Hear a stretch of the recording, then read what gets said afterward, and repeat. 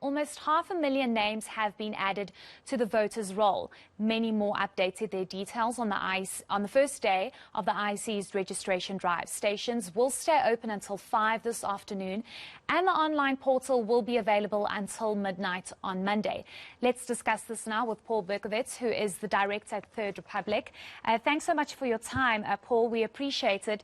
I think let's just start off with day one of the weekend, voter registration weekend. We know that about over 400,000 people registered to vote. Is this a good indication of where we are heading? It's good numbers that are coming through, Heidi. If we look at past election cycles where we've typically had 2 voter registration weekends, then in any election we normally get between 600,000 and just over 1 million voters added to the voters roll. So those are good numbers. And as you said, if we're already at about 500,000, we could hope that maybe by the end of this weekend we'd have 600,000, 700,000 registered voters. There's a huge concern that the youth are not registering to vote. We've had people on the show who've indicated that they're not interested to vote, and there's a huge concern that young people are not interested. Do you have any indication of what those numbers are looking like, and should we be concerned?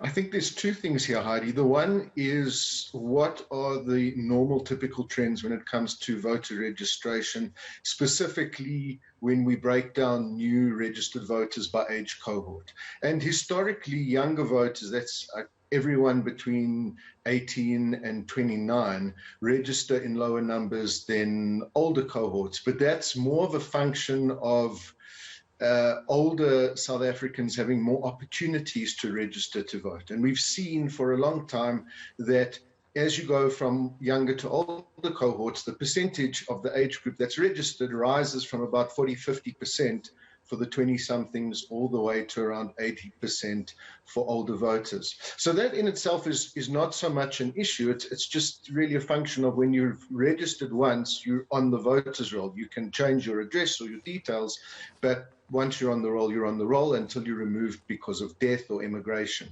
So that's the first thing. The second is that there is evidence of growing voter apathy if we look at voter turnout in 2019, for example, but we don't have detailed numbers of how that voter apathy and reluctance to register or vote is broken down by age.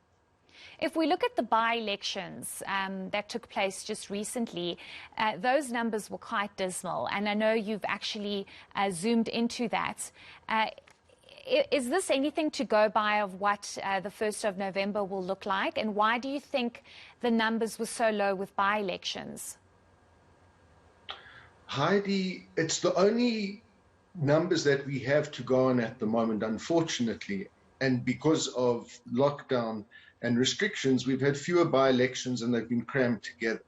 But it is a concern that for all the by-elections we've had since the first lockdown, so that's all the by-elections from November last year to the present, average voter turnout has been very bad. And particularly in the last few by-election rounds in April and May this year, we had a large percentage of wards where turnout was below 20%. We even had turnout below 10%, which is very worrying.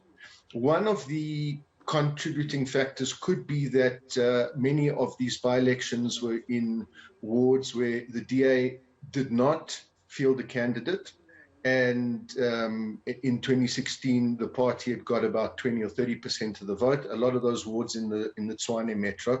That's a contributing factor. But also, I would think people's reluctance and fear of infection and the virus and general lockdown conditions, and that is a concern for the election.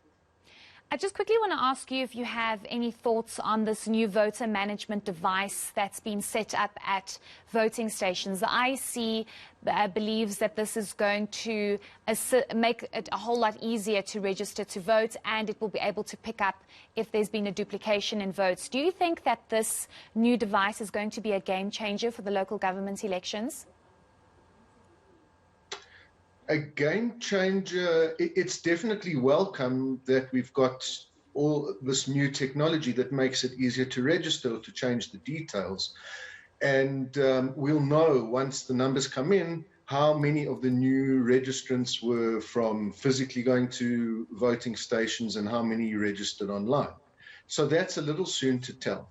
And long term, it's probably a good thing. But there are two things here, Heidi. The one is that because of a long-term trend in cleaning out the voter registration lists and the requirements for the IEC to have full address details for registered voters, we've seen a decline in registered voters since around 2014. At the moment, well, before this weekend, we actually had fewer registered voters than 5 years ago in 2016, while the number of over 18s has grown by about 4 million. So there's a lot of ground to make up. And even with a good registration weekend of in the region of 600 to 700,000 new voters on the roll, we might still end up with fewer registered voters than we had in 2019 and 2016. So there's a very good chance that voter turnout, partly because of the low registered numbers and partly because of voter apathy, may be one of the worst turnouts that we've ever had since '94. Great. Thanks so much for your insights. We really do appreciate it. That was local government expert and director of Third Republic, Paul Berkowitz.